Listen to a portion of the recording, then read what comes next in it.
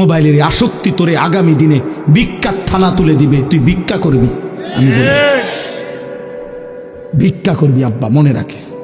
তোর বাবার বিদেশ, হ্যাঁ, তোর বাপ বিদেশ, তোর ভাই বিদেশ, তোমার ভাই বিদেশ, হ্যাঁ, মাতবুরি করো, তুমি মাতবুরি করো। তুমি মনে করছো বাবা আমার আব্বা তো বিদেশ, আমগো সংসারে আর অভাব হবে না। কত প্রবাসী একাকী চোখের পানি ফেলে, আমি নিজে দেখছি প্রবাসীর কান্না। আমি এইবারও হজের সময়, আমি তো প্রতি বছরই হজে উমরায় প্রবাসীদের রুমে রুমে যাই, কত প্রবাসীর কত কান্না। আমার বড় মোবাইল আছে আমার কাছেও, আমার কাছে সারা দেশ থেকে বিভিন্ন জায়গার থেকে বিভিন্ন জন বিভিন্ন খবর পাঠায়, যে ওগুলো আমার গাড়িতে আছে। কত প্রবাসীর কত কান্না, ডুকরে ডুকরে কাঁদে। এইবারও এক প্রবাসী আমার আল্লাহর ঘরের কাছে দৌড়ে এমন চিল্লানি দিছে কাবা ঘরের সামনে, কয় হুজুর আমি আজ 17 বছর বিদেশ করি, 17 বছরে হুজুর খোদার কসম আল্লাহর ঘরের সামনে দাঁড়ায় কইতেছি পরিবারের কেউরে কোনোদিন খুশি করতে পারি নাই। কয় যারে যত টাকা দিছি, মা হোক বউ হোক বাচ্চা হোক বোন হোক আত্মীয় স্বজন হোক, যেখানে দিছি 5,000 টাকা, কয় তারা কইছে তে ইচ্ছা করলে 10,000 টাকা দিতে পারত, তে বিদেশ থাকে। কয় দিছি 10,000, কয়তে ইচ্ছা করলে 20,000 টাকা দিতে পারত, তে আজ বিদেশ করে এত বছর। কয় এই একটা কথা ছাড়া। একদিন এক আরবি সৌদি আরবের এক প্রবাসী আমারে বলছে, কয় হুজুর আমরা রে, হে ও কাইন্দা দিয়ে আমারে বলছে হুজুর আমরার কোনো দেশ নাই, আমরার কোনো দেশ নাই। কেন? কয় আমরা যখন এই বিদেশের মাটিতে থাকি তখন তো আমাদেরকে আরবরা বলে আজমি, আমরা তো আরবের না, এই দেশের না। আর আমরা যখন দেশে যাই তখন আমগরে কয় বিদেশি। বুঝছেন না হিসাবটা হানিফ ভাই? বাইক গেলে কয় আমরা বিদেশি, বিদেশে গেলে কয় তে বিদেশি না, এই দেশের না, আজনবী। তো আমাকে দেশ কই? আমগো তো কোনো দেশ নাই। আমার খুব মায়া লাগছে তার জন্য। এরকম কত কাহিনী আছে। এই জন্য বাবা তোমরা অনুরোধ করছি, তোমরা এই সুখ কষ্ট পাইবা, এই নারী ছবি, এই বেনামাজি জীবন এবং এই কর্মবিহীন, এই পরিশ্রমবিহীন, এই অলস জীবন দুনিয়াতেও কষ্ট দিবে। অলস মানুষ দুনিয়াতেও কষ্ট পায়। আমার দোস্ত আবু হানিফ ভাই আমারে এখন কইতেছে যে ওইনে জড়ায় ধরে যে আল্লাহর শরীরটা সুস্থ রাখেন। সে দেখছি আমি ছোটবেলার থেকে, আমারও এই ওয়াজের জীবনে 21টা বছর আজকে, আমার আর জান চলে না মাঝে মাঝে। দৌড়ানো এক জীবন। আমার শায়েখ আল্লামা মুফতি মুশতাকুন নবী কাসেমি হুজুরের কাছে আমি বলছিলাম গত মাসে যে হুজুর আমার কোমরে 24 ঘন্টা ব্যথা করে, চোখে ছোট লেখা কম দেখি, গলায় ব্যথা করে, শরীরে খুব ক্লান্তি লাগে, আমি কি করতাম? আমার শায়েখ আল্লামা মুফতি মুশতাকুন নবী কাসেমি হুজুর বলছে মাওলানা আল্লাহর কথা বন্ধ করা যাবে না। কয় যে এই কোমর ব্যথা, চোখ ব্যথা, গলা ব্যথা নিয়ে বলতে বলতে একদিন কবরে চলে যাবেন, আর আল্লাহকে গিয়ে বলবেন মাওলা আপনার কথা বলতে বলতে কোমরে ব্যথা হয়েছে, আপনার কথা বলতে বলতে চোখের আলো কমে গেছে, আপনার কথা বলতে বলতে গলায় ব্যথা হয়েছে, আজ আপনার কথা বলতে বলতে আপনার কবরে চলে আসছি।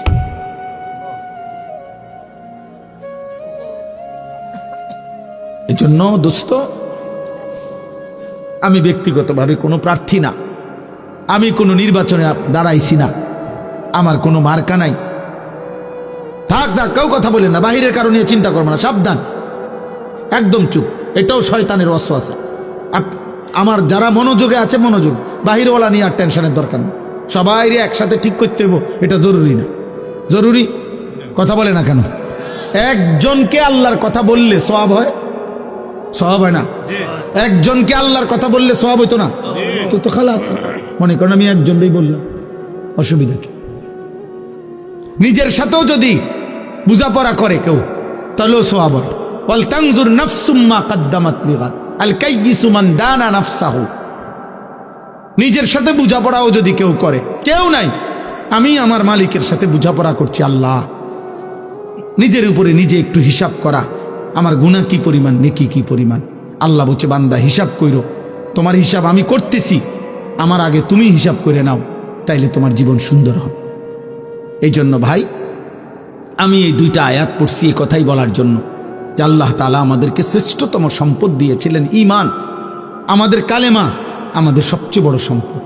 আমরা যে মুসলমান বলছি, খোদার কসম আব্বা, এটা আমাদের জীবনের সবচেয়ে বড় সম্পদ। আমরা যে জানি আমরা মুসলমান, এটা আমাদের জীবনের সবচেয়ে বড় সম্পদ। আমরা যে চিনি আমাদের নবী মুহাম্মদ সাল্লাল্লাহু আলাইহি সাল্লাম, খোদার কসম, এটা আমাদের জীবনের সবচেয়ে বড় সম্পদ। আমরা যে বুঝি আমাদের কালেমা লা ইলাহা ইল্লাল্লাহ, এটা আমাদের জীবনের সবচেয়ে বড় সম্পদ। এমন পাওয়া ধন, আল্লাহর দান, এটা যদি আমরা প্রত্যাখ্যান করি, ফিরাইয়া দেই, এটা ইনসাফ হবে না, উচিত হবে না, ঠিক হবে না।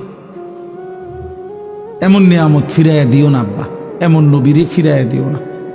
23 বছর নবী যেন তোমারে বলছে, উম্মত, আমি একটা সুন্নাত, আমার একটা সুন্নাত আমি বলে গেছি, তুমি আমার এগুলা ফিরাই দিও।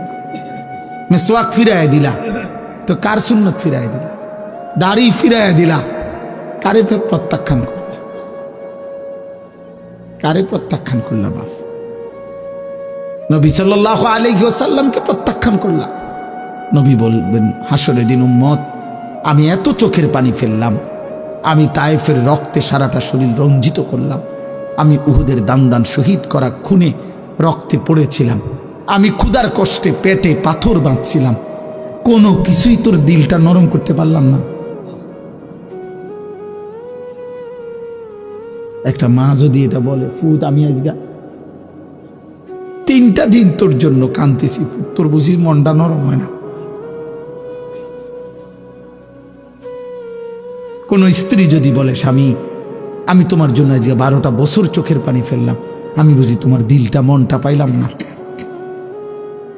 কোন বাবা যদি বলে, ফুত, আজকে আমি 18 বছর বিদেশ, আমার নিজের জীবনের কোনো সুখ পাইলাম না, তোদের জন্য আমি বুঝি তোরে খুশি করতে পারলাম না?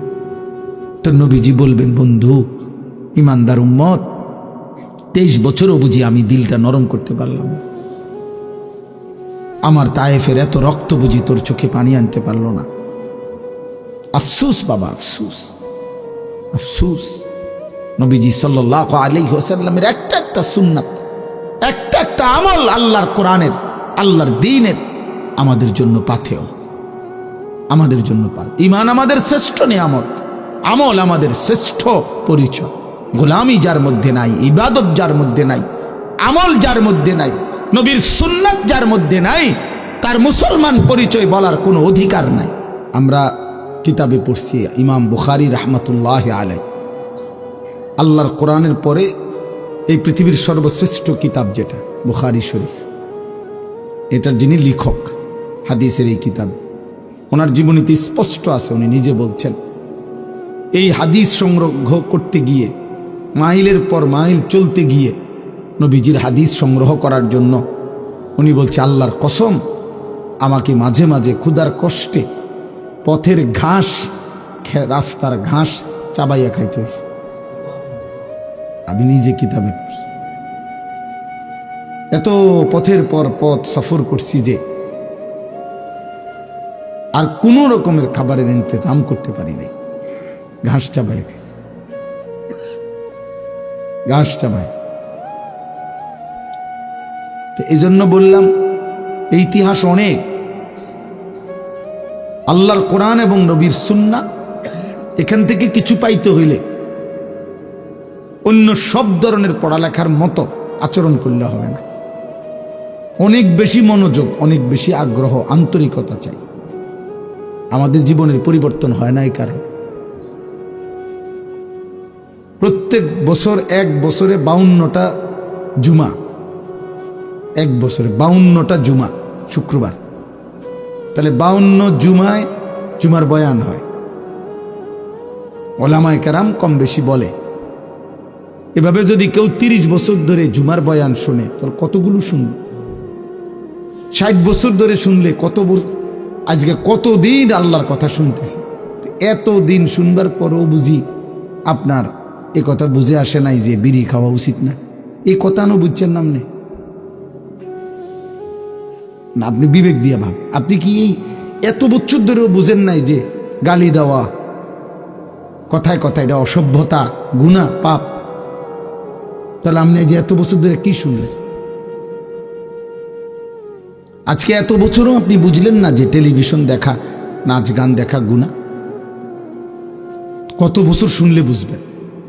এই মূল কারণ হলো কলিজা খুলে দেখবেন, মূলত ওই কলিজার ভিতরে আল্লাহর কথা গ্রহণ করার কোনো মানসিকতাই নেই,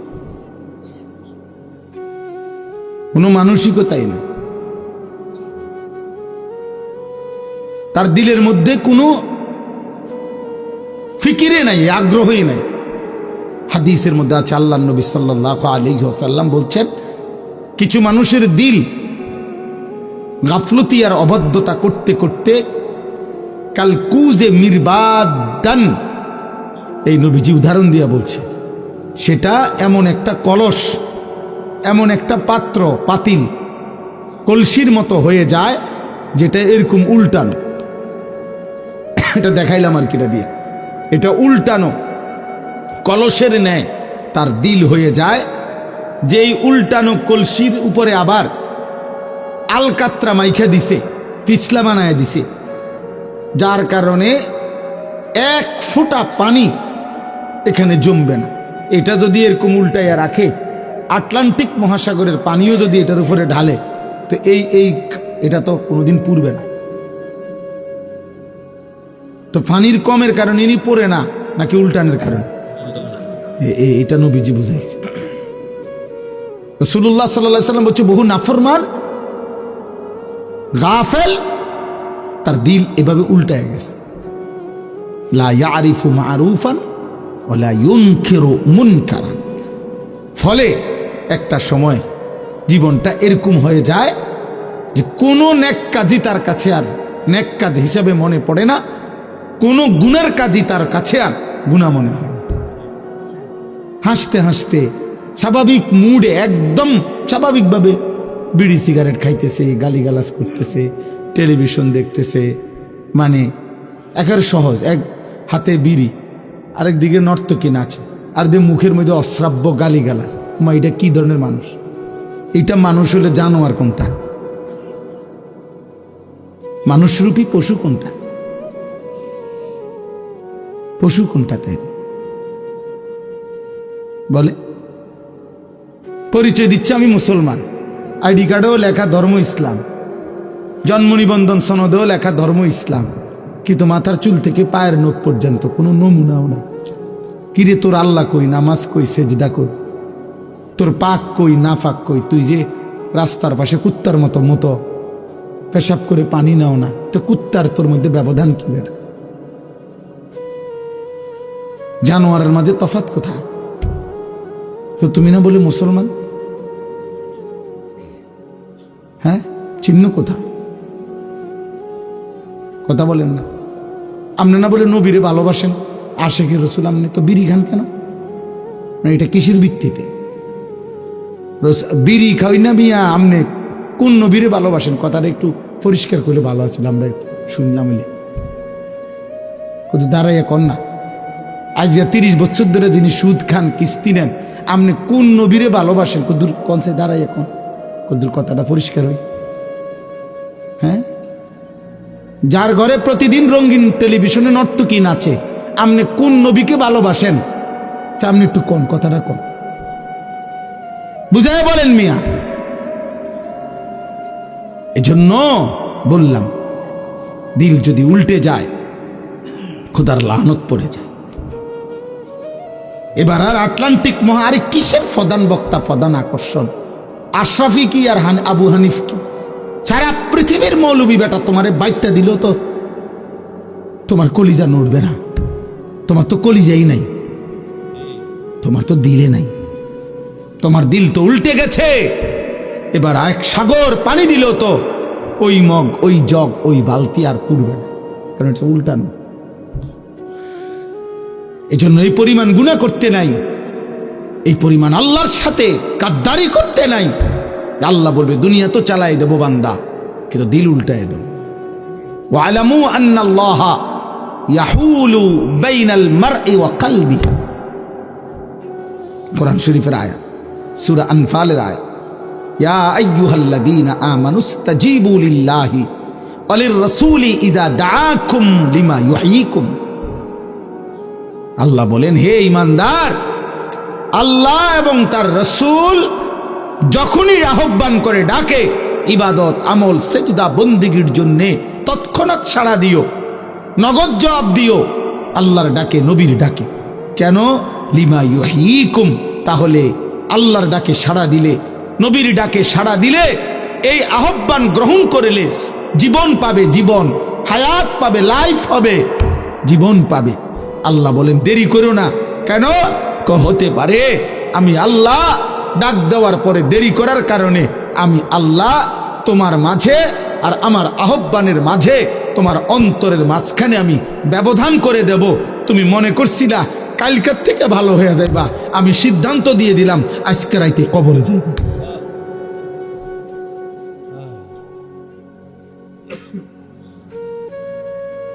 বুঝেন নাই? আল্লাহ বলেন সাবধান বান্দা, এমন যেন না হয় তোমার ইচ্ছা আগ্রহ আর আমার ফয়সালা ভিন্ন। তুমি ভেবেছো একরকম, আমার ইচ্ছা ভিন্ন রকম। আর তুমি জানোই বান্দা, অথবা না জানলে কেউ জিগাইও যে তোমার ইচ্ছা আর আমি আল্লাহর ইচ্ছায় কার্যকর হবে কারটা? কথা বলে না? কার ফয়সালাটা কার্যকর হবে? কার সিদ্ধান্তটা কার্যকর হবে? তাই রে, এই জন্য আমি গভীর রাতে প্রথম কথা এটা বললাম। আমি এটাই বুঝাইতে চাইলাম যে একটা বাচ্চা 30 পারা কোরআনের হাফেজ হয় নাই, আপনি এটা বোঝেনও নাই। এই যে 30 পারায় যে কয়টা পৃষ্ঠা, এই পৃষ্ঠার হাফেজ না ওরা। এই একটা পৃষ্ঠা কত হাজার বার, কত শতবার পড়তে হইছে আপনি জানেন? কত হাজার বার পড়তে হইছে। একবার সবক দিতে হয়, একবার আমুক্তা শোনাইতে হয়, একবার 7 সবক শোনাইতে হয়। কতভাবে আপনারা হেফজ খানার এগুলো বুঝতে নেন, কেমনে হাফেজ আপনি বুঝতে নেন। আমি বললাম আপনি তো এমন সুন্দর লাগছে, এতে ফাগরি মাতার দিছে, হ্যাঁ আমার প্রতি হাফেজ হুজুর দোয়া করেন। হাফেজ হয়েছে। আপনি জানেন এর পিছনে কত রক্ত পানি হয়েছে?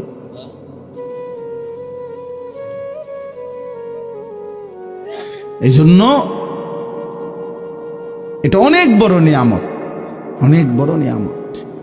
এই জন্য আমি প্রথম এটা বললাম, আল্লাহর কোরআন, নবীর সুন্নাহ কারো জীবনে আসা, কারো কলিজায় আসা, খোদার কসম এই পৃথিবী যদি কাউকে আল্লাহ তাআলা দুনিয়ার সম্পদ আরো 100 দেয়, এর বিনিময়ে কোরআনুল কারীমের এক অক্ষর আল্লাহ যাকে দেয়, আল্লাহর কসম দুনিয়া 1000 বার 1,00,000 বার পাওয়ার চাইতে কোরআনের এক অক্ষরের দাম অনেক বেশি,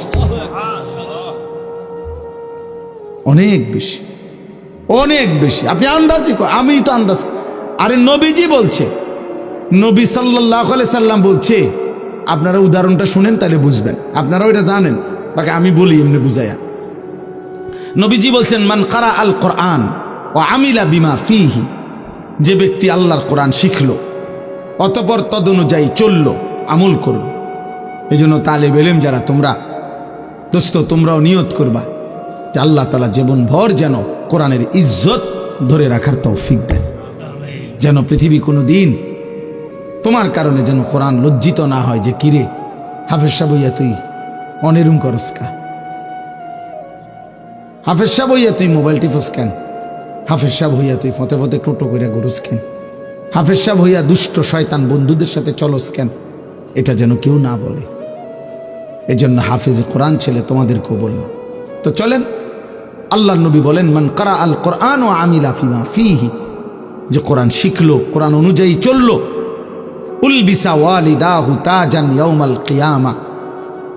আল্লাহ তাআলার নবী বলেন, আল্লাহ তাআলা কিয়ামতের দিন তার বাবা মার মাথায় এমন নূরের আলোকিত মুকুট পড়াবেন, এমন প্রখর আলোকিত মুকুট পড়াবেন ওই মা বাবার মাথায়। এই কথাটার আলোটা কেমন হবে, এটা নবীজি একটা আশ্চর্য উদাহরণ দিছে। আজীব উদাহরণ দিছেন এটা, যে কেমন মুকুটের আলোটা, যেমন এই লাইটেরও তো একটা আলো আছে, কিন্তু ওই মুকুটের আলো কেমন হবে? দাউহু আহসানু মিন দাউইশ শামস কানাত ফি বুয়ুতিকুমুদ দুনিয়া। এটা আমি এমনি বুঝাই, আপনারা বুঝবেন। এখান থেকে বিজ্ঞানের গবেষণায় এই জমিন থেকে সূর্য লক্ষ লক্ষ মাইল দূরে, কত লক্ষ মাইল দূরে এই সূর্যটা আলো দিলে প্রখর রৌদ্রের তাপে সূর্যের আলোতে আমাদের ঘাম বাইতে থাকে, আর কি পরিমাণ তীব্র আলো হয় যে মাঝে মাঝে প্রখর সূর্যের দিকে তাকানো যায় না। আর মরুভূমিতে আরো ভয়ঙ্কর, আরো বেশি তীব্র। এবার আপনি কল্পনা করেন, নবীজি সাল্লাল্লাহু আলাইহি সাল্লাম এটা বুঝাইছে, মনে করেন এই যে প্যান্ডেলটা, ওই যে মুখটা যেখান দিয়ে ঢুকছিলাম আমরা, এটা সহ একদম এটাকে আটকাইয়া ফেলছে, মানে এক ফোঁটা আলো বাইরে যাওয়ার কোনো সিস্টেম নাই। কথা বুঝছেন কিনা? এটাকে এইভাবে বানানো হয়েছে, মনে করেন, মানে কল্পনা করেন। নবীজি এটা উদাহরণ দিছেন যে ধরে নাও তোমাদের একটি ঘর, যেই ঘরে এক বিন্দু আলো ভিতর থেকে বাইরেও যেতে পারে না, বাহির থেকে ভিতরেও ঢুকতে পারে না, এরকম একটি ঘরের ভিতরে আসমানের ওই সূর্যটা যদি এটার ভিতরে জ্বালানো হয়,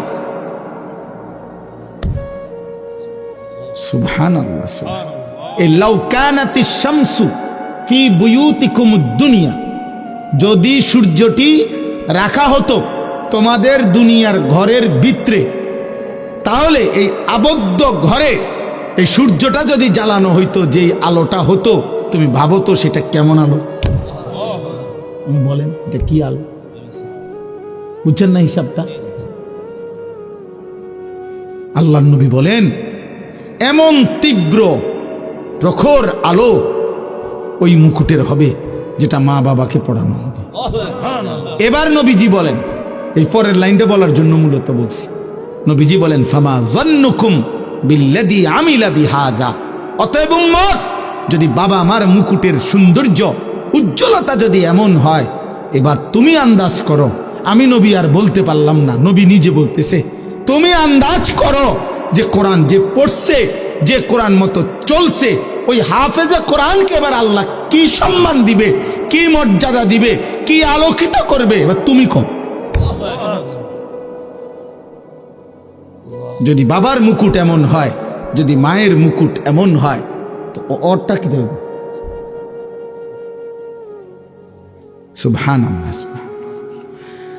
এজন্য এক মুমিনের জীবনের স্বপ্ন এটা, এই জবানের হক এটা, রবের কালাম পড়া। এজন্য আমার তো ব্যক্তিগত কথা, সবসময় আমি এটা বলি, যে এই জিব্বা মুসলিম পরিচয় দেওয়ার পরে যে মুসলমান এই জিব্বা দিয়ে, আল্লাহর দেওয়া জবান দিয়ে আল্লাহর কোরআনের একটা পৃষ্ঠা সাইয়া সাইয়াও শুদ্ধ পড়তে পারে না, ওই মিয়া বোবা। আমি বললাম আপনার মূলত কোনো জবান নাই, আপনি বোবা হইলেই সাধ্য, আপনি তো হুদা ভাতে খান, আপনি শুধু ঘুমে যান, আপনি শুধু পেশাব পায়খানা করেন, আপনি শুধু দুনিয়া কামাই করেন, আপনি শুধু দুনিয়া ভোগ করেন। আপনার এই জিব্বা না হইলেও চলতো, কারণ বাস্তবিক অর্থেই যারা বোবা, ওরাও দুনিয়া প্রতিনিয়ত ভোগ করে। বোবা মানুষও ভাত খায়, বোবা মানুষও পেশাব করে, বোবা মানুষও পায়খানায় যায়, বোবা মানুষও ঘুম যায়, বোবা মানুষও বিয়ে করে, বোবা মানুষেরও জিভূত হয়, বোবা মানুষেরও বিল্ডিং আছে। তাহলে বোঝা গেল শুধু দুনিয়া ভোগ করার জন্য কথা না বললেও চলতো, শুধু দুনিয়া ভোগ করার জন্য চোখ না থাকলেও চলতো। আমরা এই যে এখানে আমিন ভাই আসছিল, এই অন্ধ হাফেজ আমিনুল ইসলাম, আমি ছোটবেলার থেকে ওনারে দেখছি অন্ধ। আমি যখন ছোট্ট পিচ্ছি কুমিল্লা কাসিমুল উলুম মাদ্রাসায় আসা যাওয়া করি, যখন আমার বয়স 10-11 বছর, তখন থেকেই তো আমি দেখছি ওনারে অন্ধ। তো এই অন্ধ হইয়াই তো উনি দুনিয়া ভোগ করতেছে না, ওনার বিবি বাচ্চা আছে না, তো উনি মাদ্রাসা 2-3টা, উনি একটা দেশ চালায়, উনি বোঝে যা, ওই আমি আবু হানিফের মতো এরকম 2-4 হুজুর আরো বোঝেন, বহুত সময় লাগে। সারা বিশ্বের মাথা অন্ধ মানুষ, কারো কোনো নাম্বারটা পর্যন্ত, মোবাইল নাম্বার একবার শুনলে অটোমেটিক এমনি টিপে, দেখছেন 2-3টা মোবাইল। আলহামদুলিল্লাহ। বুঝাইতে চাইলাম চোখ না দেখা মানুষটাও তো দুনিয়া কি করছে। তাইলে তাইলে আল্লাহ তাআলা আপনাকে এমন একটা চোখ দিলেন।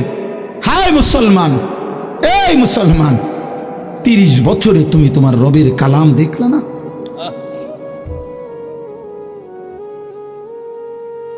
আয় হায়, 60 বছরে আমনে চাচা আমনের মালিকের কোরআন পড়তে পারলেন না?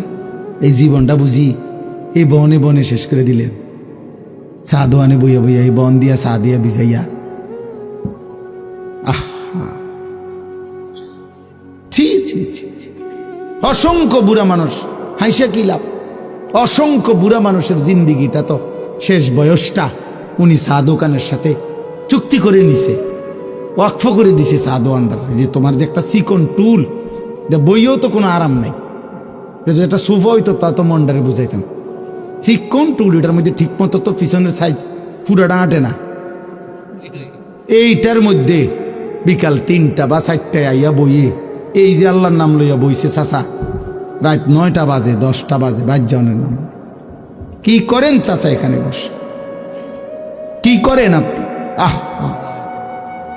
হায় হায়, টিভি দেখে, নাচ দেখে, গান দেখে, আফসুস করে, পুরান কথা মনে হয় না। আসলে তো টেম্পার নাই, পুরান কথা মনে করেন স্যার আর কি। হ্যাঁ, যদি বলেন এভাবে বল, তারপরেও যদি কোনো বুড়া চাচার লজ্জা হয়, তাইলে ওই লজ্জা তো আপনার নিয়ামত, আজ দুনিয়ায় যদি ফিরে যাইতেন। আমি এই জন্য বলছি চাচা, আপনা করে ধৈরা বলার মতো কেউ নাই। আপনা করে বলা উচিত, সাধুয়ানতে টাইনা বাইর করা উচিত যে মুরব্বী, আপনাকে আল্লাহ তাআলা এই হায়াত দিয়েছেন সাধুয়ানে নর্তকে দেখার জন্য না, আল্লাহকে ডাকার জন্য, আল্লাহকে সেজদা করার জন্য, আল্লাহর কালাম করার জন্য। বুড়া মিয়া, তুমি জীবনটারে বড় বেশি নষ্ট করে দিছেন, খামখেয়ালি করছেন, খামখেয়ালি করছেন। আল্লাহ আমাদেরকে বুঝ দান করে। এজন্য কিশোর ভাই, যুবক ভাই, মুসলিম ছেলে, তোমাদের জিন্দিগিও তোমরা মনে রাখো আব্বা। তোমাদের যাদের জবান দিয়া মালিকের কোরআন উচ্চারণ হয় না, তোমাদের যাদের জবান দিয়ে চোখ দিয়ে আল্লাহর কালাম দেখো না, তোমার চোখ মূলত নাই। এই জন্য আল্লাহ কোরআনে বলছে, এবার শুনেন, আল্লাহ গাফেলের পরিচয় বলছে। গাফেল কারা? খোদার কসম আল্লাহ বলছে, যাদের দিল ছিল কিন্তু আমি আল্লাহকে বুঝে না, যাদের কান ছিল আমি আল্লাহর কথা যারা শুনে না, যাদের চোখ ছিল আমি আল্লাহর কুদরত, আমার আয়াত যারা দেখে না, আল্লাহর কসম আল্লাহ কোরআনে বলছে ওরা গাফেল, ওরা গাফেল, ওরা গাফেল। ওয়ালাকাদ যারানা লিজাহান্নামা কাসীরাম মিনাল জিন্নি ওয়াল ইনস লাহুম কুলুবুল লা ইয়াফকাহুনা বিহা ওয়ালাহুম আযানুন লা ইউবসিরুনা বিহা লা ইয়াসমাউনা বিহা ওয়ালাহুম আ'য়ুনুন লা ইউবসিরুনা বিহা উলাইকা কাল আনআম বাল হুম আযাল উলাইকা হুমুল গাফিলুন। দিল ছিল আমি মাওলাকে চিনল না, ভাবল না। কান ছিল আমি আল্লাহর কথা শুনল না। চোখ ছিল আমি আল্লাহর কুদরত, আমার আয়াত দেখল না। খোদার কসম আল্লাহ বলছে, এমন নাফরমানদেরকে দিয়ে আমি জাহান্নাম পূর্ণ করব। আল্লাহর কসম আল্লাহ বলছে, এমন নাফরমান জানোয়ারের মতো। উলাইকা কাল আনআম, কানটা যে কাজে লাগায় নাই, চোখ যে কাজে লাগায় নাই, দিল যে কাজে লাগায় নাই, আল্লাহর কসম আল্লাহ বলে ওইটা জানোয়ারের মতো জানোয়ার। উলাইকা কাল আনআম, ওইটা জানোয়ারের মতো। বালহুম আদাল, আল্লাহ বলে যদি গুসা করে, রাগ করে, তাইলে বলবা না জানোয়ারও না, জানোয়ারের চাইতে নিকৃষ্ট। প্রথমে বলে দেখবা কুত্তা, যদি বলে মাইন্ড করলাম, তাহলে বলবা না না সরি, কুত্তার চাইতে নিকৃষ্ট। যদি প্রথম বলবা শুকর, যদি চোখ দেখো যে মাইন্ড করছে শুকর বলাতে, তাইলে বলবা শুকরের চাইতে নিকৃষ্ট।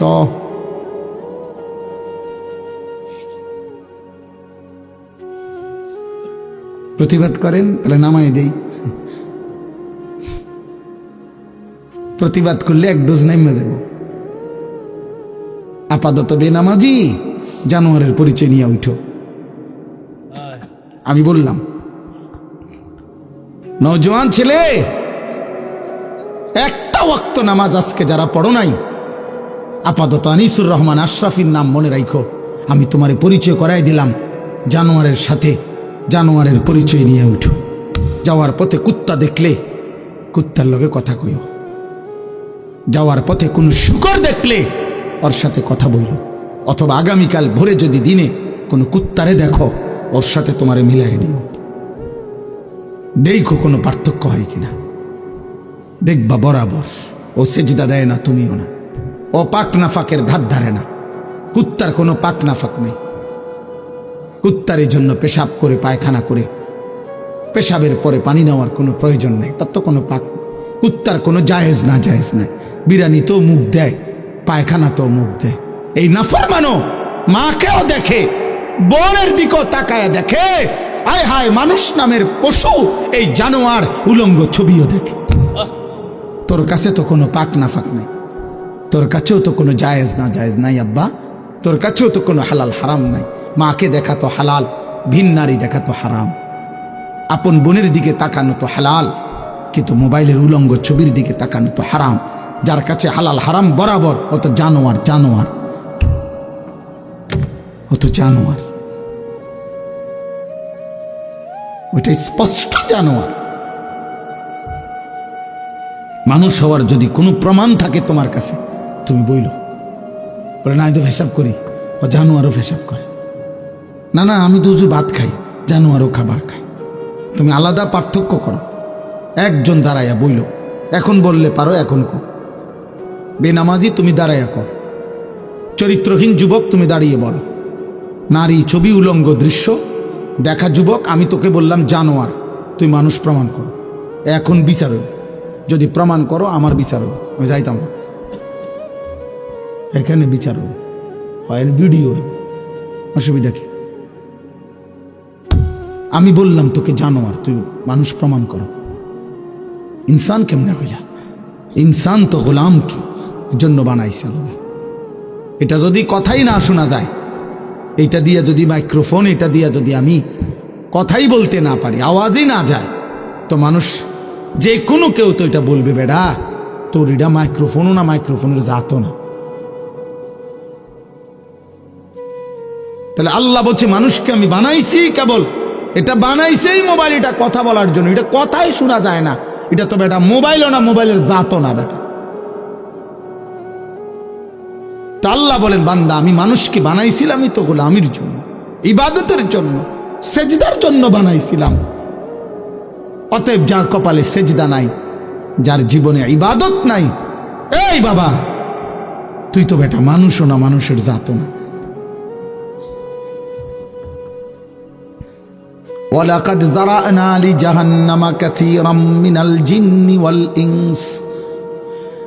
এজন্য বন্ধু আমার, দোস্ত আমার, ভাইবো, আল্লাহ বলছে বান্দা মনে রেখো আমি অগণিত নাফরমান জিন এবং মানুষ দ্বারা জাহান্নাম পূর্ণ করব।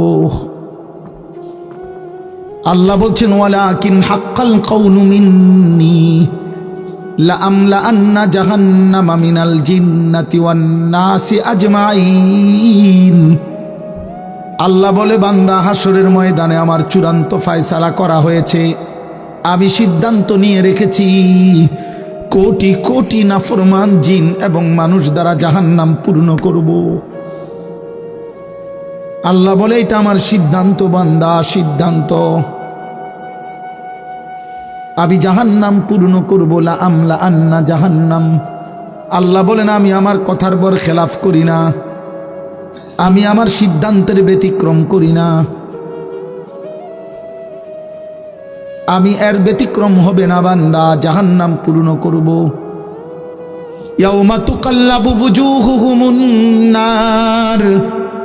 আল্লাহ বলে শোন বান্দা, জাহান্নামের আগুনে, দুনিয়ার কড়াইয়ার উত্তপ্ত তেলের মধ্যে মা বোন যেমনে তরকারি মাছ যেমনে এই পিঠ ওই পিঠ করে উলট পালট করে ভাজতে থাকে, আল্লাহর কসম আল্লাহ বলে বান্দা জাহান্নামের আগুনে তোর চেহারা তোর দেহ এমন উলট পালট করে পোড়াইতে থাকবে।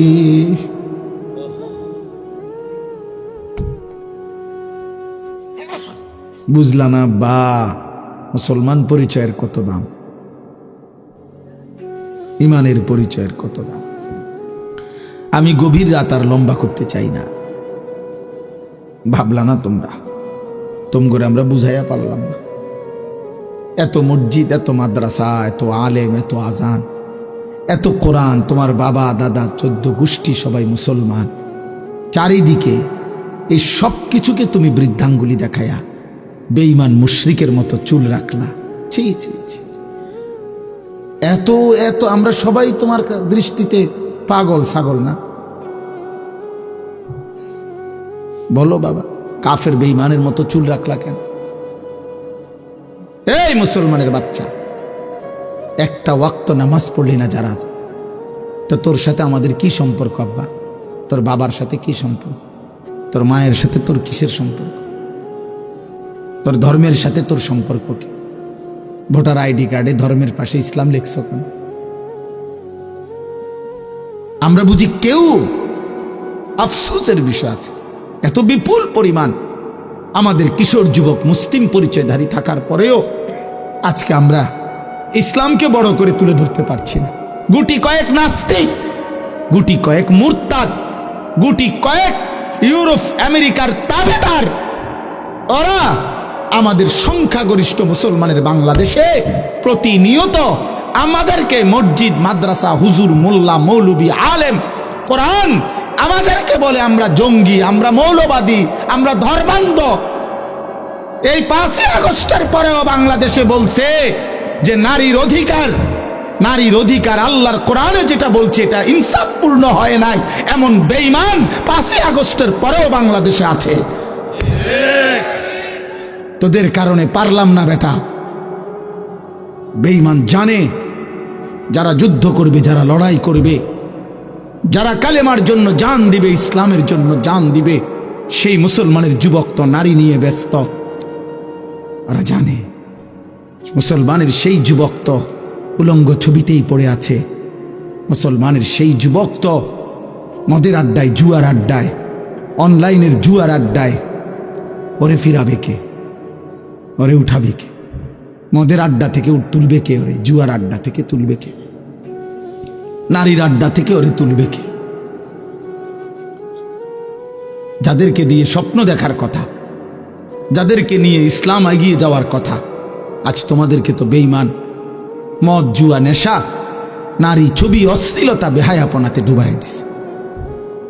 কাসুন ওয়া গানিয়াতুন ইয়াফআলানে বিল মুসলিমিন মা লা ইয়াফআলুহু আলফা মিদফাইন। ইউরোপের বেঈমানরা এটা বলে, ইউরোপের দার্শনিকরা এটা বলে যে মদের পেয়ালা আর গায়িকা এবং নর্তকীর নৃত্য, নাচ মানে নারী, এই দুই জিনিস মুসলমানদেরকে দিয়ে আমরা যে পরিমাণ তাদের ক্ষতি করতে পেরেছি, কোন অঞ্চলে আলফা মিদফা একসাথে 1000 মিসাইল যদি মারতাম বোমা, তাইলেও ওই পরিমাণ ক্ষতি হতো না। পরিমাণ ক্ষতি ইউরোপের দার্শনিকরা বলে আমরা করতে পেরেছি শুধু মদের পেয়ালা আর নারীর নর্তকীর নাচ দিয়ে।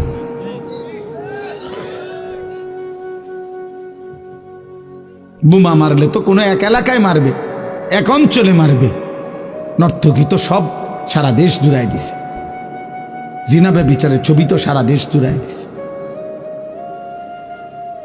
আল্লাহ তোমাদেরকে বুঝ দান করেন। বাকি একটা কথা মনে রাখো আব্বা, আমি অনুরোধ করছি, এক যুবক হইল ভাইব, প্রত্যেক সময়েরই পরিবর্তন হয়। রাত্রি যেমন ভোর হয়, ভোর যেমন সন্ধ্যা হয়, কাজেই এটাও খোদার কসম সত্য যে কালেমার বিজয়ের সময় খুব কাছে হয়ে গেছে। এই মুহূর্তেও বাংলাদেশের পরিস্থিতি হলো, বাংলাদেশের সকল স্কুল, কলেজ, ইউনিভার্সিটি, সব জায়গায় এই মুহূর্তে যেখানেই কোনো প্রতিবাদ আন্দোলন, যেখানেই কোনো ছেলে পেলের, যেখানেই কোনো প্রতিবাদ করছে, আন্দোলন করছে যে কোনো বিষয় নিয়ে, সবার আগে একেবারে প্রতিটা কলেজ, ইউনিভার্সিটিগুলোতেও বর্তমান বাংলাদেশে আওয়াজ ওঠে প্রথম যেই শব্দের, সেটা হলো নারায়ে তাকবীর। তুমি খবর নাও। এই মুহূর্তে বাংলাদেশের চিত্র এটা। আমরাও খবর রাখি, আমরা তো দেশে থাই, সাঁদের দেশে থাই না। প্রতিদিন প্রতিদিন লক্ষ কোটি ইমানদার যুবক, ছেলে মেয়ে পর্যন্ত প্রতিদিন এখন প্রথম আওয়াজ নারায়ে তাকবীর, এখন শব্দ ইনকিলাব জিন্দাবাদ, ইনকিলাব। হাদির রক্ত বৃথা যাবে না, তার প্রতি ফোঁটা রক্ত থেকে ইনকিলাব হবে ইনশাআল্লাহ। দেখো, তোমরা দেখো, আল্লাহ তোমরা হায়াত দোক, তোমরা দেখবা ইনশাআল্লাহ, তোমরা দেখবা। কয়জন রে গুলি করবে দুশমন, কয়জন মৌলবীরে গুলি করবে, কয়জন দেশপ্রেমিককে গুলি করবে, কয়জন ইমানদার যুবককে। বাংলাদেশে যদি 5 কোটি যুবক হয় তো ভারতীয় বেঈমান আধিপত্যবাদী দুশ্মনরা একসাথে 5 কোটি যুবক ব্রাশফায়ার করে ফেলবে। কথা বলে না কেন? না না, কয়জন গুলি করবা? হ্যাঁ, এ কথা তো বলতেই বাধ্য হয়েছে 5ই আগস্টের পূর্বে যে স্যার গুলি করি একটা, বাকিটি তো যায় না। এ কথা বলতে হয়েছে না? এ কথা বলেছে কিনা বলে? তাহলে বুঝাই গেল সময়ের পরিবর্তন, এখন যুগ চাহিদার পরিবর্তন। এখন ইনশাআল্লাহ আমি বললাম বাবা, তোমাদের কাছে আমার হাত জোড় করে অনুরোধ, এই রাত গভীরে অনুরোধ, তোমরা নষ্ট হইও না। নষ্ট চরিত্রহীন যুবক তোরে 2 পয়সার জন্য পৃথিবী নেবে না। আমি বললাম আখেরাতে তো বেলে নাই, আখেরাতে তো কিছুই পাবা না, বাকি ইনশাআল্লাহ খোদার কসম তোমরা এই মাটিতেও এই জমিনেও 2 পয়সার ইজ্জত পাইবা না। আমি বললাম ইনশাআল্লাহ, মনে রাখো আমার নাম। মোবাইলে আসক্ত যুবক, নারী, ছবি, অস্থি দৃশ্য নিয়ে যারা পড়ে আছিস, ইনশাআল্লাহ আনিসুর রহমান বলে গেলাম, মোবাইলের আসক্তি তোরে আগামী দিনে ভিক্ষার থানা তুলে দিবে। তুই ভিক্ষা করবি, আমি বলি ভিক্ষা করবি আব্বা, মনে রাখিস। তোর বাবার বিদেশ, হ্যাঁ, তোর বাপ বিদেশ, তোর ভাই বিদেশ, তোমার ভাই বিদেশ, হ্যাঁ, মাতবুরি করো, তুমি মাতবুরি করো। তুমি মনে করছো বাবা আমার আব্বা তো বিদেশ, আমগো সংসারে আর অভাব হবে না। কত প্রবাসী একাকী চোখের পানি ফেলে, আমি নিজে দেখছি প্রবাসীর কান্না। আমি এইবারও হজের সময়, আমি তো প্রতি বছরই হজে উমরায় প্রবাসীদের রুমে রুমে যাই। কত প্রবাসীর কত কান্না। আমার বড় মোবাইল আছে আমার কাছেও, আমার কাছে সারা দেশ থেকে বিভিন্ন জায়গার থেকে বিভিন্ন জন বিভিন্ন খবর পাঠায়, যে ওগুলো আমার গাড়িতে আছে। কত প্রবাসীর কত কান্না, ঢুকরে ঢুকরে কাঁদে। এইবার এক প্রবাসী আমার আল্লাহর ঘরের কাছে দৌড়ে এমন চিল্লানি দিছে কাবা ঘরের সামনে, কয় হুজুর আমি আজ 17 বছর বিদেশ করি, 17 বছরে হুজুর খোদার কসম আল্লাহর ঘরের সামনে দাঁড়ায় কইতেছি, পরিবারের কেউরে কোনোদিন খুশি করতে পারি নাই। কয় যারে যত টাকা দিছি, মা হোক, বউ হোক, বাচ্চা হোক, বোন হোক, আত্মীয় স্বজন হোক, যেখানে দিছি 5,000 টাকা, কয় তারা কইছে তে ইচ্ছা করলে 10,000 টাকা দিতে পারত। তে বিদেশ তাই কয় দিছি 10,000, কয় তে ইচ্ছা করলে 20,000 টাকা দিতে পারত। তে যে বিদেশ করে এত বছর, কয় এই একটা কথা ছাড়া। একদিন এক আরবি, সৌদি আরবের এক প্রবাসী আমারে বলছে, কয় হুজুর আমরা রে, হে ও কাইন্দা দিয়ে আমার বলছে, হুজুর আমরার কোনো দেশ নাই, আমরার কোনো দেশ নাই। কেন? আমরা যখন এই বিদেশের মাটিতে থাকি তখন তো আমাদেরকে আরবরা বলে আজমি, আমরা তো আরবের না, এই দেশের না। আর আমরা যখন দেশে যাই তখন আমগরে কয় বিদেশি। বুঝলি হিসাবটা হানিফ ভাই? বাইক গেলে কয় আমরা বিদেশি, বিদেশে গেলে কয় তে বিদেশি না, এই দেশের না, আজনবী। তো আমাকে দেশ কই? কামগো তো কোনো দেশ নাই। আমার খুব মায়া লাগছে তার জন্য। এরকম কত কাহিনী আছে। এই জন্য বাবা তোমরা অনুরোধ করছি, তোমরা এই সুখ কষ্ট পাইবা, এই নারী ছবি, এই বেনামাজি জীবন এবং এই কর্মবিহীন, এই পরিশ্রমবিহীন, এই অলস জীবন, দুনিয়াতেও কষ্ট দিবে। অলস মানুষ দুনিয়াতেও কষ্ট পায়। আমার দোস্ত আবু হানিফ ভাই আমারে এখন কইতেছে যে ওইনে জরায় ধরে যে আল্লাহর শরীরটা সুস্থ রাখেন।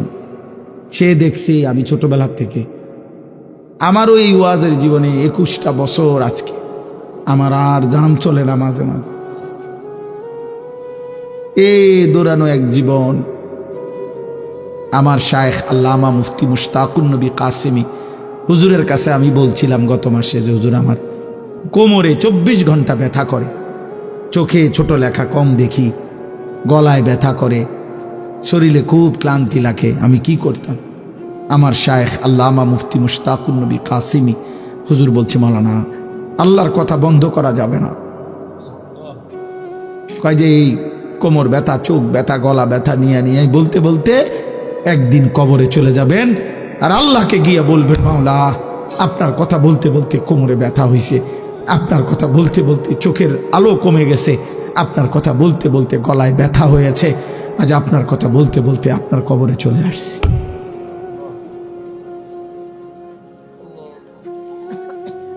এজন্য দোস্ত, আমি ব্যক্তিগতভাবে কোনো প্রার্থী না, আমি কোনো নির্বাচনে দাঁড়াইছি না, আমার কোনো মার্কা নাই। থাক থাক, কেউ কথা বলেন না, বাহিরের কারণ নিয়ে চিন্তা করবো না, সাবধান, একদম চুপ। এটাও শয়তানের ওয়াসওয়াসা। আমার যারা মনোযোগে আছে মনোযোগ, বাহিরওয়ালা নিয়ে আর টেনশনের দরকার নেই। সবাই একসাথে ঠিক করতে হইব, এটা জরুরি না? জরুরি। কথা বলে না কেন? একজনকে আল্লাহর কথা বললে সওয়াব হয়? সওয়াব হয় না? একজনকে আল্লাহর কথা বললে সওয়াব হইতো না? তো খালাস, মনে করেন আমি একজনই বললাম, অসুবিধা কি? নিজের সাথেও যদি বুঝাপড়া করে কেউ তাহলেও সওয়াব হয়। ওয়াল তানজুর নাফসুম মা কদ্দামাত লিগাদ আল কাইয়িসু মান দানা নাফসাহু। নিজের সাথে বুঝাপড়াও যদি কেউ করে, কেউ নাই, আমি আমার মালিকের সাথে বুঝাপড়া করছি আল্লাহ। নিজের উপরে নিজে একটু হিসাব করা, আমার গুনাহ কি পরিমাণ, নেকি কি পরিমাণ। আল্লাহ বলছে, বান্দা হিসাব কইরো, তোমার হিসাব আমি করতেছি, আমার আগে তুমি হিসাব করে নাও, তাইলে তোমার জীবন সুন্দর হবে। এই জন্য ভাই, আমি এই 2টা আয়াত পড়ছি এই কথাই বলার জন্য যে আল্লাহ তাআলা আমাদেরকে শ্রেষ্ঠতম সম্পদ দিয়েছিলেন ঈমান। আমাদের কালেমা আমাদের সবচেয়ে বড় সম্পদ। আমরা যে মুসলমান বলছি, খোদার কসম আব্বা, এটা আমাদের জীবনের সবচেয়ে বড় সম্পদ। আমরা যে জানি আমরা মুসলমান, এটা আমাদের জীবনের সবচেয়ে বড় সম্পদ। আমরা যে চিনি আমাদের নবী মুহাম্মদ সাল্লাল্লাহু আলাইহি সাল্লাম, খোদার কসম এটা আমাদের জীবনের সবচেয়ে বড় সম্পদ। আমরা যে বুঝি আমাদের কালেমা লা ইলাহা ইল্লাল্লাহ, এটা আমাদের জীবনের সবচেয়ে বড় সম্পদ। এমন পাওয়া ধন, আল্লাহর দান, এটা যদি আমরা প্রত্যাখ্যান করি, ফিরায় দেই, এটা ইনসাফ হবে না, উচিত হবে না, ঠিক হবে না। এমন নিয়ামত ফিরাইয়া দিও না আব্বা, এমন নবীরে ফিরাইয়া দিও না। 23 বছর নবী যেন তোমারে বলছে, উম্মত আমি একটা সুন্নাত, আমার একটা সুন্নাত আমি বলে গেছি, তুমি আমার এগুলা ফিরাই দিও। মিসওয়াক ফিরাইয়া দিলা, তো কার সুন্নাত ফিরাইয়া দিলা? দাড়ি ফিরাইয়া দিলা, কারে প্রত্যাখ্যান করলা? কারে প্রত্যাখ্যান করলা বাপ? নবী সাল্লাল্লাহু আলাইহি ওয়াসাল্লামকে প্রত্যাখ্যান করলা। নবী বলবেন হাসরের দিন, উম্মত আমি এত চোখের পানি ফেললাম, আমি তায়েফের রক্তে সারাটা শরীর রঞ্জিত করলাম, আমি উহুদের দান শহীদ করা খুনে রক্তে পড়েছিলাম, আমি ক্ষুধার কষ্টে পেটে পাথর বাঁধছিলাম, কোনো কিছুই তোর দিলটা নরম করতে পারলাম না। একটা মা যদি এটা বলে, ফুদ আমি আজকে 3টা দিন তোর জন্য কাঁদতেছি, তোর বুঝি মনটা নরম হয় না? কোন স্ত্রী যদি বলে, স্বামী আমি তোমার জন্য আজকে 12টা বছর চোখের পানি ফেললাম, আমি বুঝি তোমার দিলটা মনটা পাইলাম না? কোন বাবা যদি বলে, ফুত আজকে আমি 18 বছর বিদেশ, আমার নিজের জীবনের কোনো সুখ পাইলাম না, তোদের জন্য আমি বুঝি তোরে খুশি করতে পারলাম না? তো নবীজি বলবেন, বন্ধু ইমানদার উম্মত, 23 বছরও বুঝি আমি দিলটা নরম করতে পারলাম না। আমার তায়েফের এত রক্ত বুঝি তোর চোখে পানি আনতে পারলো না। আফসুস বাবা, আফসুস, আফসুস। নবীজি সাল্লাল্লাহু আলাইহি ওয়াসাল্লামের একটা সুন্নাত, একটা আমল, আল্লাহর কোরআনের, আল্লাহর দ্বীনের আমাদের জন্য পাথেয়, আমাদের জন্য ঈমান আমাদের শ্রেষ্ঠ নিয়ামত, আমল আমাদের শ্রেষ্ঠ পরিচয়। গোলামি যার মধ্যে নাই, ইবাদত যার মধ্যে নাই, আমল যার মধ্যে নাই, নবীর সুন্নাত যার মধ্যে নাই, তার মুসলমান পরিচয় বলার কোনো অধিকার নাই। আখেরাত যার জীবনে নাই, আখেরাত যে মনে ভাই তাকায় না, আবারও বলছি তাকাইবা না, আমি বলছি আমার দিকে তাকাও ভাই, আমার দিকে তাকাও। আমি বললাম তো এই জন্য বললাম, রাসূলুল্লাহ সাল্লাল্লাহু আলাইহি ওয়াসাল্লামের সুন্নাত যার মনে পড়ে না, আমল যার জীবনে আসে না, একদিন 24 ঘন্টায় একদিনও সারাটা দিনে একটা বার জবানে আল্লাহর নামটাও তোমার বের হইল না, তুমি কেমনে পারলা? একটা সেজদা তুমি আল্লাহরে দিলা না আব্বা? হায় হায়, তোমরা যারা ছেলেরা একটা নামাজ আজকের সারাদিনে এক ওয়াক্ত নামাজ পড়ো, তুই আমার কাছে আয় আব্বা, তোরে জড়ায় ধরে একটু কাঁদি। আমি তো আর কিছু করতে পারলাম না, ঠিক আছে আব্বা তুই আমার কাছে আয়, তোরে ধরে কাঁদি, তোর মালিকের কাছে মাফ চাই। তোর কি কয় এটা? কেমনে সম্ভব? কেমনে? আমি বুঝি না, আমার মাথায় ধর। মুসলমানের বাচ্চা কেমনে 365 দিনে এক বছরে একদিনও ফজরের নামাজ পড়ে না? এটা কেমনে সম্ভব? আমি বহুদিন চিন্তা করছি একা, যে মাওলা এটা কি তা? এই কেমন জীবন, এই কেমন মুসলমান, এই কেমন মা, এই কেমন বাবা, এই কেমন পরিবার, এটা তার কেমন কালেমা, এটা তার কেমন নবী। চলো ভাই চলো, নিয়ত করি ইনশাআল্লাহ আজকে থেকে আমরা নামাজ পড়বো ইনশাআল্লাহ। বলো নওজোয়ান ইনশাআল্লাহ নবীজির একটা একটা সুন্নাত অনুসরণ করবো, বলো ইনশাআল্লাহ।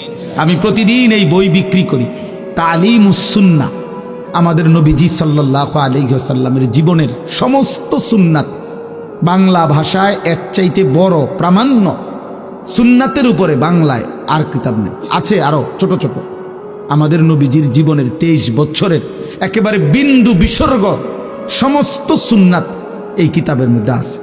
600 পৃষ্ঠা ব্যাপী এই কিতাবটা।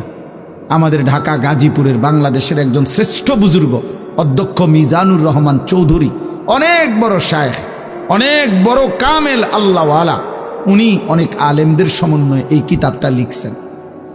তালিমুস সুন্নাহ, নবীজির সুন্নাতের উপরে, অনেক সুন্দর। আমি ব্যক্তিগতভাবে সুন্নাত শিখার জন্য, জানার জন্য এটা পড়ি।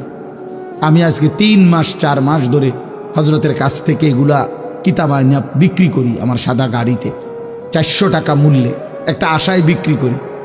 1 টাকাও এই পর্যন্ত এখান থেকে কোনো বিক্রি, অনেক বই বিক্রি করছি প্রায় 2500-এর উপর, কিন্তু আমি 1 টাকা 1 ছিদ্র পয়সাও ব্যক্তিগত আমি নেই। আমি একটা আশায় বিক্রি করি যে উম্মতের ঘরে ঘরে নবীজির একটা সুন্নাতের বই পৌঁছুক। যখন যার সুযোগ হয়, হইতে পারে কোনো মা, চাচি, বোন কেউ একটা পৃষ্ঠা উল্টাবে, নবীজির একটা সুন্নাত দেখবে, হয়তো আমল নসিব হইবে। এই জন্য আপনাদের কাছেও বললাম, মুনাজাতের পরে যাদের সুযোগ হয় আমাদের সাদা গাড়ি থেকে কিনে নেবেন, পড়বেন, জীবনটা সুন্দর করবেন। বাপ চাচা কিনে ঘরওয়ালাদেরকে হাদিয়া দিবেন, তোমার লেগে আনছি, রাসূলুল্লাহ সাল্লাল্লাহু আলাইহি ওয়াসাল্লামের সুন্নাহ। তো আমার কথা শেষ। আল্লাহ বলেন ইন্নাল্লাযীনা আমানু ওয়া আমিলুস সালিহাত, এই 2টা আয়াত পড়ছিলাম। 11 নম্বর পারা 10 নম্বর সূরা ইউনুস।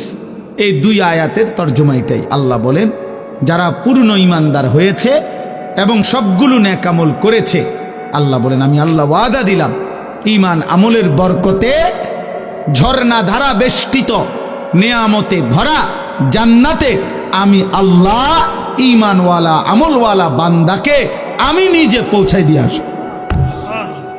ইয়াহদিহিম রাব্বুহুম, আমি দিয়া বান্দা তোকে আমি পৌঁছাই দেব। দাওয়াহুম ফিহা, আমার বান্দা যখন জান্নাতে ঢুকবে তার মুখে তখন একটাই আহ্বান, একটাই আওয়াজ, সুবহানাকাল্লাহুম্মা, আল্লাহ আপনার পবিত্রতা বর্ণনা করছি, এত বড় জান্নাত আপনি দিছেন আমারে। ওয়া তাহিয়াতুহুম ফিহা সালাম, আর আল্লাহ বলে জান্নাতি বান্দারা যখন জান্নাতে ঢুকবে, যে যাকে দেখবে শুধু কইবে সালাম সালাম, শান্তি শান্তি। দোস্ত আমরাও শান্তি, আমিও শান্তি, দোস্ত আপনিও পেরেশানি মুক্ত, আমিও পেরেশানি মুক্ত। দোস্ত আমনেরও হুর লাখ লাখ, আমারও লাখ লাখ। দোস্ত আমারও নেয়ামত ভরা, আপনারও নেয়ামত ভরা। আর কোনো দিন বিষণ্ণ হবেন না, আর কোনো দিন হাসি থামবে না। ওয়া আখিরু দাওয়াহুম আনিল হামদুলিল্লাহি রাব্বিল আলামিন। আল্লাহ বলেন, আমার জান্নাতি বান্দা প্রতিটা নিয়ামত যখন উপভোগ করবে, প্রত্যেকটা নিয়ামত উপভোগ করে শেষ হলেই সাথে সাথে বলবে আলহামদুলিল্লাহ রব্বিল আলামিন। সব প্রশংসা আল্লাহর জন্য, যিনি জগৎসমূহের প্রতিপালক। অর্থাৎ আল্লাহ আপনার প্রশংসা আপনি দিয়েছেন, আপনি দিয়েছেন, আপনি দিয়েছেন, আপনি দিয়েছেন। এজন্য বন্ধু আমার, আমরা বোকানা, নামাজি বান্দারা বোকানা, সেজদাওয়ালা বান্দা বোকানা, আল্লাহর গোলামি করে বান্দা এরা বেকুব না। আখিরাতের আশায় 8,000 টাকা ইমামতির বেতন দিয়ে আজকে 24 বছর, 25 বছর, 28 বছর, 20 বছর মালিকের ঘরের গোলামি করে। দোস্ত আমার, ওটা বেকুব না। ওই হুজুর ঠিকই বোঝে সিএনজি চালাইলে এর চাইতে বেশি ইনকাম হইতো, অটো চালাইলে এর চাইতে বেশি ইনকাম হইতো, বুট বাদাম বেচলে এর চাইতে বেশি কামাই হইতো, রাজমিস্ত্রির জোগালি দিলে এর চাইতে বেশি হইতো, কাঠমিস্ত্রির জোগালি দিলে এর চাইতে বেশি হইতো, মাটি কাটলে এর চাইতে বেশি ইনকাম হইতো। এটা বোঝে বাবা, বোঝে, এটা বোঝে মৌলবি। কিন্তু আল্লাহর ঘরের সেজদা দিয়ে বলে, মাওলা একটা ছোট্ট দুনিয়ায় তো 60 বছর ছেড়ে দিলাম, মাওলা আখিরাত দিয়ে আপনি পোষায় দিয়েন। আল্লাহ বলে, বান্দা চলে আইসো, এই দেখবা একদিন আমি আল্লাহ আমার ফেরেশতা পাঠাবো। মান কানা ইয়ারজু লিকা আল্লাহ ফাইন্না আজালাল্লাহি লাআতিন। আল্লাহ বলে, আমার সাক্ষাতের আশায় আশায়, জান্নাতের আশায় আশায় যারা জীবন কাটাইছো, একদিন আমি মালাকুল মউত আজরাইল তোমার কাছে পাঠাবো। সে তোমাকে আমি আল্লাহর কাছে জান কবজ করে আমার কাছেই নিয়ে আসবে। সেদিন আমি আল্লাহ জান্নাতও দেব, আমার মুলাকাতও দেব। এই জন্য ব্যাককল মনে করো না, বা ওটা ভাত খাইয়া বড় হয়েছি, চিরা খাইয়া বড় হয়েছি, আর যথেষ্ট পরিমাণ পড়ালেখা করছি আলহামদুলিল্লাহ। কুমিল্লা ভিক্টোরিয়া কলেজ থেকে মাস্টার্স পাস করছি, সরকারি আলিয়া মাদ্রাসা থেকে কামেল টাইটেল পাস করছি, কওমি মাদ্রাসা থেকে দাওরায় হাদিস পাস করছি, আর ছোট্ট ছোট্ট বিভিন্ন সনদ নিছি। এরকম অনেকটি আমার সার্টিফিকেটের অভাব নাই। হ্যাঁ দোস্ত সাক্ষী দিছে না। 1998 সালে আমি দাখিল এসএসসিতে বিজ্ঞান বিভাগ থেকে সারা বাংলাদেশে ফার্স্ট হয়েছি, 1 নম্বর হয়েছি সারা বাংলাদেশ আলহামদুলিল্লাহ। এটা আপনার এলাকায় ফোলা বিয়া করা এই জন্য কইছি না, এমনি বললাম আর কি, বুঝাইলাম। তো কিছুই না, এটি কই হালাইতেছি কাগজপত্র, এটি কইতাও পারে। এই জন্য আব্বা চলো ভাই, আখিরাত বড়। কোনটা বড়? আল্লাহ তাআলা আমাদের সবাইকে কবুল করেন, তৌফিক দান করেন। যুবক ভাই তোমরা বলো আলাদাভাবে নামাজ পড়বা ইনশাআল্লাহ। বলো, কিছু ছেলে তো কমপক্ষে নিয়ত করো। হ্যাঁ, নষ্ট হয়েও, নষ্ট মানুষের পৃথিবী, নষ্ট জিনিস মানুষ গড়েও রাখে, নষ্ট জিনিস ফেলে দেয়, ডাস্টবিনে ফেলে দেয়। এই জন্য নষ্ট মানুষ পৃথিবীতে কাজে লাগবে না, তোমারে ডাস্টবিনে ফেলে দেবে। হ্যাঁ, এখন ডাস্টবিন আরো বেশি। আগে মানুষের ডাস্টবিন তো দূরে থাকতো, প্রত্যেক রুমে রুমে ছোট ছোট ঝুড়ি রাখে মানুষ, মানে কোনো ময়লাই মানুষে ওনার হালায় রাখেন, হালায় টিস্যু হল। তার মানে নষ্ট মানুষ, ফালতু জিনিস কোনো কামে লাগে না। অতএব তোমরা প্রত্যেকে ইনশাআল্লাহ আল্লাহর দিকে ফিরে, আল্লাহ এই মাদ্রাসা কবুল করেন, আল্লাহ সকলকে কবুল করেন। আমার ভাই সহ যারা মেহমান বসে আছেন, আল্লাহ আপনাদের সবাইকে ভালো রাখেন আলহামদুলিল্লাহ। মাওলায়ে করিম আপনি মাফ করে দেন। গভীর রাত মাওলা, ঠান্ডা শীত কুয়াশা মাওলা মাফ করে দেন, মাফ করে দেন, মাফ করে দেন, মাফ করে দেন। আল্লাহ আপনি মাফ করে দেন, আয় রহমান আপনি মাফ করে দেন। আয় রাহিম আপনি মাফ করে দেন, আয় করিম আপনি মাফ করে দেন, মেহেরবান মাওলা আপনি মাফ করে দেন। আযাব দিলে আপনার কোনো লাভ নাই, মাফ করে দিলে আপনার কোনো ক্ষতি নাই, মাফ করলে আপনার ভান্ডারে কমবে না, মাফ না পেলে আমাদের উপায় থাকবে না। আল্লাহ আপনি মাফ করে দেন।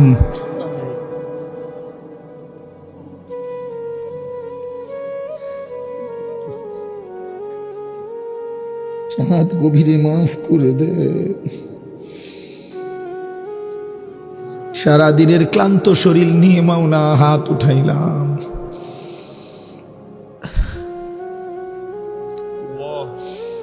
আমার এই মাফ করে দেন।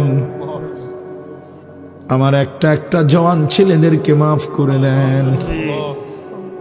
আল্লাহ মুসলমানের সন্তান ইসলামের জন্য ফিরায় দেন, ইমানদারের সন্তান কালেমার জন্য ফিরায় দেন, কোরআনের জন্য ফিরায় দেন। আল্লাহ গুনাহ ওদেরকে ভুলায় দিছে, মোবাইল যুবকদেরকে ভুলায় দিছে রে মাওলা। আল্লাহ অনেক দিন হয় অনেক ছেলে একটা সেজদাও দেয় নাই। আল্লাহ আপনি ফিরায় দেন, আপনি ফিরায় দেন। সেজদাওয়ালা কপাল বানিয়ে দেন, কাঁদনেওয়ালা চোখ বানিয়ে দেন, জিকিরওয়ালা জবান বানিয়ে দেন, মোহাব্বতওয়ালা দিল বানিয়ে দেন, সুন্নাতওয়ালা জীবন বানিয়ে দেন। আল্লাহ আপনার গোলামির হক আদায় করার তৌফিক দেন। সমস্ত কবরবাসীদেরকে মাফ করে দেন, কিয়ামত পর্যন্ত কবরের আযাব মাফ করে দেন, কবরগুলোকে জান্নাতের টুকরা বানায় দেন। আল্লাহ আল্লাহ অসুস্থ বিমারি যারা শিফা করে দেন, কামাই রুজিতে হালাল বরকত দিয়ে দেন। বয়স্ক বাবা চাচাদেরকে আর অনেক আমলের তৌফিক দেন। মা বোনদেরকে পর্দা পুশিদা দান করেন। আবেদা সালেহা ফাতেমা রাবেয়া বসরিয়ার মতো বানিয়ে দেন। ছোট্ট মাসুম বাচ্চাদেরকে কবুল করেন। আল্লাহ আমার মেহমান ভাইদেরকে কবুল করেন। আল্লাহ উলামায়ে কেরামকে হায়াত দারাজ করেন। উম্মতের ফিকির দান করেন, উম্মতের ফিকির দান করেন। জবানে বরকত দেন, দিলে বরকত দেন। আল্লাহ ইখলাস ও তাকওয়ার জীবন দান করেন। আল্লাহ যার যত পেরেশানি আছে আসান করে দেন, যার যত অভাব আছে দূর করে দেন, ঋণ মুক্ত করে দেন, হালাল রুজি রোজগারে বরকত দিয়ে দেন। প্রবাসী বিদেশের জমিনে মাওলা আপনি সহি সালামতে রাইখেন মাওলা। প্রবাসীর বিবি বাচ্চাকে নাফরমান বানায়েন না, প্রবাসীর বিবি বাচ্চাকে বেপর্দা বানায়েন না, প্রবাসীর বিবি বাচ্চাকে আল্লাহ সেজদাবিহীন রাইখেন না। আল্লাহ আপনি আপনি নামাজি বানিয়ে দেন, চরিত্রবান বানিয়ে দেন। আল্লাহ এই মাদ্রাসা আপনি কবুল করে নেন। আল্লাহ মাদ্রাসা আপনি কবুল করে নেন, মাদ্রাসা আপনি কবুল করে নেন। আপনি চাইলে হবে মাওলা, আপনি না চাইলে কিছুই হবে না রে মাওলা। আল্লাহ মুসলমানের যে বাচ্চাদের মাথায় পাগড়ি তুলে দেওয়া হলো, আল্লাহ ওদেরকে জগৎ বাছা হাফেজ আলেম হিসাবে কবুল করেন। আল্লাহ উম্মতের ফিকিরে দুয়ারে দুয়ারে কালেমার ফেরি করার তৌফিক দেন। আখিরাত বুঝাইবার মতো সক্ষমতা এদের জবানে দিলে বরকত দেন। আল্লাহ আপনি মাদ্রাসার বাকি বাচ্চাগুলোকেও কবুল করেন, ওস্তাদদেরকেও কবুল করেন। আবু হানিফ ভাই সহ তার সমস্ত আসাতেজায়ে কেরামকে কবুল করেন। কমিটির সদস্যদেরকে আল্লাহ বরকত দান করেন। মাদ্রাসার প্রথম দিন থেকে এই পর্যন্ত যে যেভাবে জুড়ে আছে, আল্লাহ সকলকে উত্তম বিনিময় দান করেন। আল্লাহ আপনি উত্তম বিনিময় দান করেন। আল্লাহ প্রত্যেককে আল্লাহ আপনি কবুল করেন, মঞ্জুর করেন।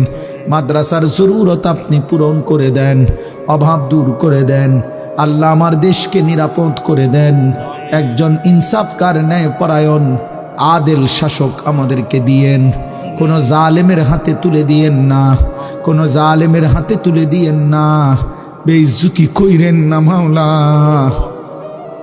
ইজ্জত নিয়ে কোরআন বুকে বাঁচতে চাই রে মাওলা। সেজদা দিয়ে গোলামি করে আপনার বাঁচতে চাই মাওলা। আল্লাহ ঈমান ইসলামের উপরে বিবি বাচ্চাদেরকে রেখে যেতে চাই। এমন জমিন, এমন মাটি, এমন মাতৃভূমি আমাদেরকে দিয়েন মাওলা। আল্লাহ আল্লাহ আল্লাহ আল্লাহ আল্লাহ আমার প্রিয় ভাই শহীদ শরীফ উসমান হাদি রাহমাতুল্লাহি আলাইহি। আল্লাহ এই যুবকের খবর আপনি নূরে নূরে ভরপুর করে দেন। আল্লাহ তার একটা শব্দ, একটা আওয়াজ, একটা রক্তের এক ফোঁটাও যেন বৃথা না যায়। আল্লাহ তার প্রতিটা শব্দ উচ্চারণ আর প্রতি ফোঁটা রক্ত থেকে লক্ষ কোটি ইমানদার দেশপ্রেমিক যুবক আপনি তৈরি করে দেন। আল্লাহ আপনি তার ইনকিলাব আপনি কবুল করেন। আল্লাহ আপনি তার আজাদি কবুল করে নেন। আল্লাহ আপনি তার ফজরের সেজদা কবুল করে নেন, 5 ওয়াক্ত নামাজের সেজদা কবুল করে নেন। আল্লাহ এখান থেকেও আল্লাহ এমন যুবক তৈরি করে দেন। আল্লাহ আপনি তৈরি করে দেন, আপনি তৈরি করে দেন। আল্লাহ দেশপ্রেমিক যুবক বানিয়ে দেন, সেজদাওয়ালা যুবক বানিয়ে দেন। রব্বির হামহুমা কামা রব্বায়ানি সগীরা, রব্বির হামহুমা কামা রব্বায়ানি সগীরা। আল্লাহ রাত গভীরে আখিরি ফরিয়াদ, মাওলা আর কিছু দেন আরে না দেন, মাফ করে দেন, মাফ করে দেন, আমারে মাফ করে দেন। সুবহান রাব্বিকা রাব্বিল ইজ্জাতি আম্মা ইয়াসিফুন ওয়া সালামুন আলাল মুরসালিন ওয়ালহামদুলিল্লাহি রাব্বিল আলামিন। প্রত্যেকেই যাওয়ার সময় এই কিতাবটা কেনার চেষ্টা করেন, 400 টাকা মূল্যে। مولانا العظيم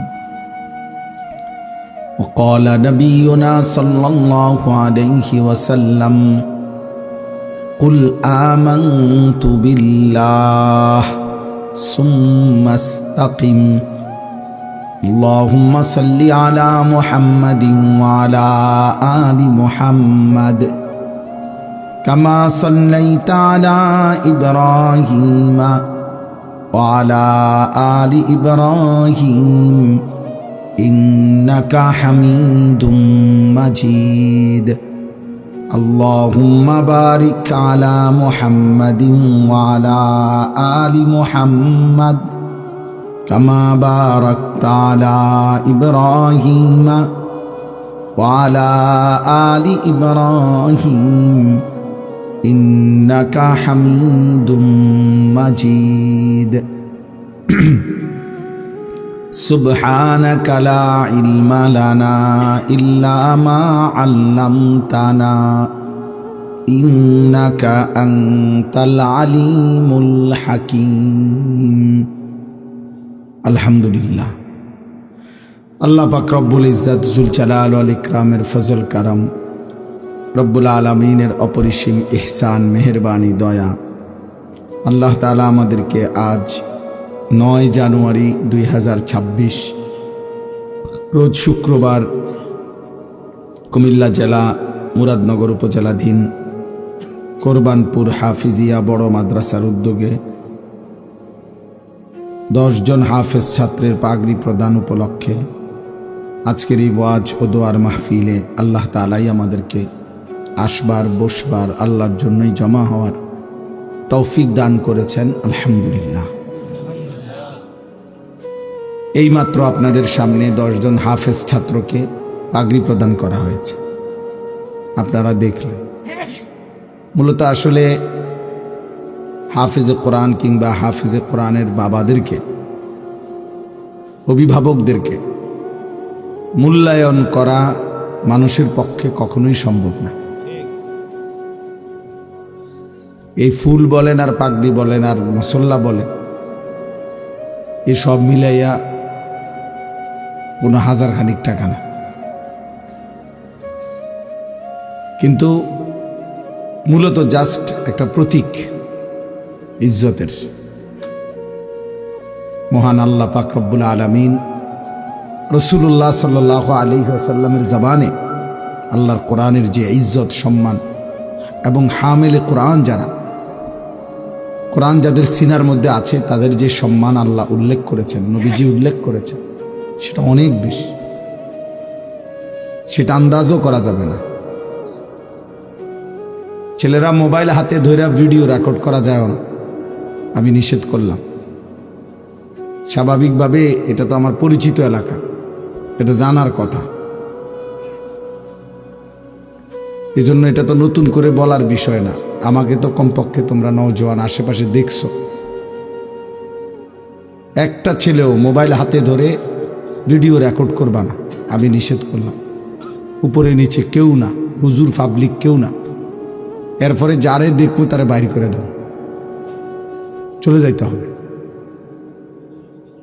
আর যদি নিজের থেকে চলে যাও, আলহামদুলিল্লাহ, তুমি চলে যাও, আমি ছাত্রদের মতো তোমার যাতে আগায় দিয়ে আসি। এই জন্য ভাই খামখেয়ালি করো না। আমরা খুব লম্বা বয়ান করব না, অল্প সময় ইনশাআল্লাহ। একেবারে শতভাগ মনোযোগ দিলে আল্লাহ তাআলা বরকত দেবে।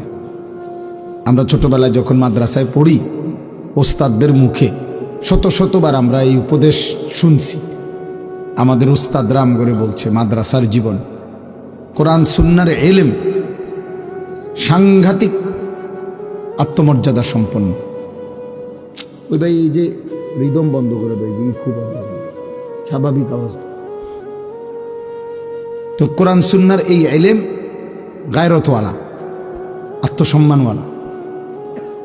এই জন্য ওলামায়ে কেরাম বলে, বুজুর্গদের কথা হলো, লা ইউতিকা বাদাহু হাত্তা তুতিয়াহু কুল্লাক। তুমি যদি তোমার পুরা নিজেকে এলেমের জন্য দাও, কোরআন সুন্নাহ তোমাকে এলেম কিছু দেবে। তুমি দিতে হবে পুরা 100, এলেম তোমাকে তাইলে কিছু দেবে। এই জন্য মাদ্রাসার তালিবে এলেম, সত্যিকার যারা আলেম হয়, জীবনের কত সুখ, কত আনন্দ, কত উল্লাস কোরবানি করতে হয়, কোরবানি দিতে হয়। চারিদিকে চাচাতো ভাই, জ্যাঠাতো ভাই, মামাতো ভাই, ফুফাতো ভাই, সমবয়সী প্রত্যেকের হাতে হাতে বড় মোবাইল। প্রত্যেকে মন মতো চুল রাখে, প্রত্যেকে মন মতো ঘুম যায়, প্রত্যেকে মন মতো নাচে গায়। এর মাঝখান দিয়ে একটা ছেলে অনেক কষ্ট করে, অনেক সবর করে, অনেক ধৈর্য ধারণ করে মাদ্রাসায় পড়ে থাকে। এটা ছোটখাটো ব্যাপার না। তারও এই বয়সে মন চায় অনেক কিছু করতে, কিন্তু সে হজম করে, চেষ্টা করে, কষ্ট করে, খাইয়া না খাইয়া পড়ে থাকে। এই জন্য বললাম,